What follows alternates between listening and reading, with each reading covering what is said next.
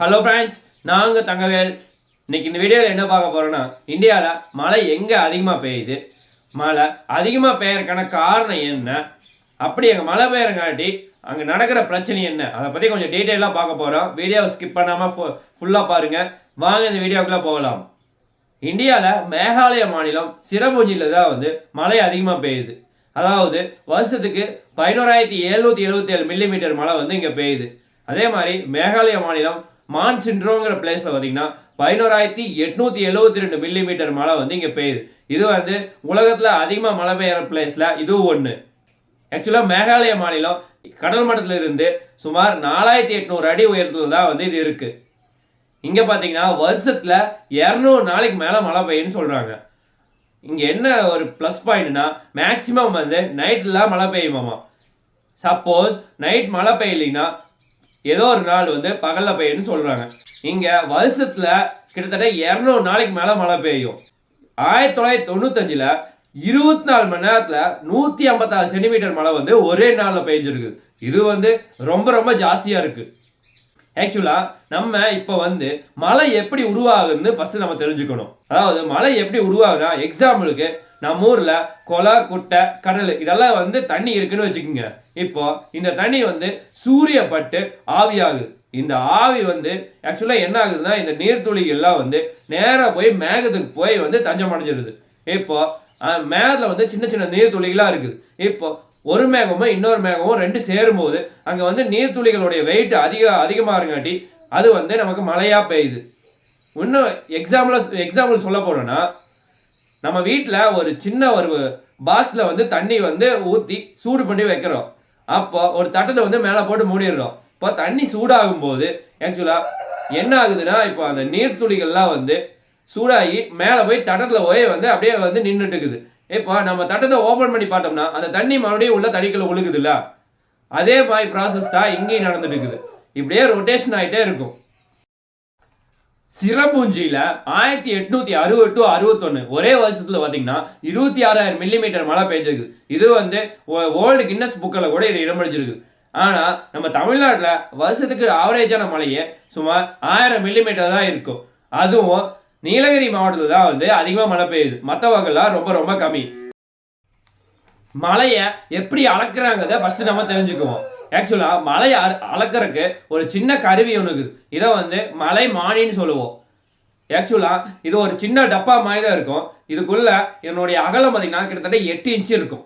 இப்போ உள்ள ஒவ்வொரு டிஸ்ட்ரிக்ட்லயும் ஒவ்வொரு பிளேஸ்லயும் இதை வச்சிருவாங்க. இந்த டப்பாக்குள்ள தண்ணி சொட்டு சொட்டா விழுகும். அது விழுந்து 24 மணி நேரத்துல எவ்வளவு உள்ள விழுந்துருக்குதுன்னு சொல்லி ஸ்கேலை வச்சு அளப்பாங்க. இப்படி அளந்துதான் நம்ம நியூஸ்ல மழை இத்தனை சென்டிமீட்டர் பெஞ்சிருக்குது, இத்தனை மில்லிமீட்டர் பெஞ்சிருக்குது சொல்றாங்க. cherrapunjiல ஏன் மழை அதிகமா பெய்யுங்கிறத நம்ம ஃபர்ஸ்ட் தெரிஞ்சுக்குவோம். அதுக்கு முன்னாடி இந்தியா மேப்ல ஒரு சில பிளேசஸ் சொல்றேன், அப்பதான் உங்களுக்கு அண்டர்ஸ்டாண்ட் ஆகிறதுக்கு ஈஸியா இருக்கும். இப்போ இந்தியா மேப்ல பாட்டத்துல தமிழ்நாடு இருக்கு, டாப்ல ஜம்மு காஷ்மீர் இருக்கு. இந்தியா மேப்ல ரைட் சைடு பாத்தீங்கன்னா மேகாலயா தான் இருக்கு. லெஃப்ட் சைடு ராஜஸ்தான் அப்படிங்கிற பாலைவனம் எல்லாம் லெஃப்ட் சைடு தான் இருக்கு. வங்காள விரிகுடா தமிழ்நாட்டுடைய ரைட் சைடு இருக்கு. தமிழ்நாடுடைய பாட்டம் சைடு தான் பாத்தீங்கன்னா இந்திய பெருங்கடல் இருக்கு. கேரளாவுடைய லெஃப்ட் சைடு தான் அரபிக்கடல் இருக்கு. இதுதான் ஆக்சுவலா ஸ்ட்ரக்சரு. இப்போ வங்காள விரிகுடால ஒரு காத்து ஒன்று உருவாகுது. இப்போ அந்த காத்து நேரா வடக்கு நோக்கி நகருது. இப்போ அந்த வடக்கு ஃபர்ஸ்ட் படுற பிளேஸே பாத்தீங்கன்னா மேகாலயால தான் ஃபர்ஸ்ட் படுது. இப்போ அந்த காத்து பறங்காடி அந்த இடத்துல ஒரு 3 மலை இருக்கு. அது என்னென்ன மலைனா, கரோ மலை, ஜெயந்தியா மலை, காசி மலை, இந்த 3 மலை இருக்கு. இப்போ இந்த காத்து இந்த 3 மலையிலுமே பட்டுருது. இப்போ அங்க பறங்காட்டி அங்கிருந்து வெளியே போகவே முடியல. ஏன்னா 3 மலை ஆல்டர்னேட்டிவா இருக்கு.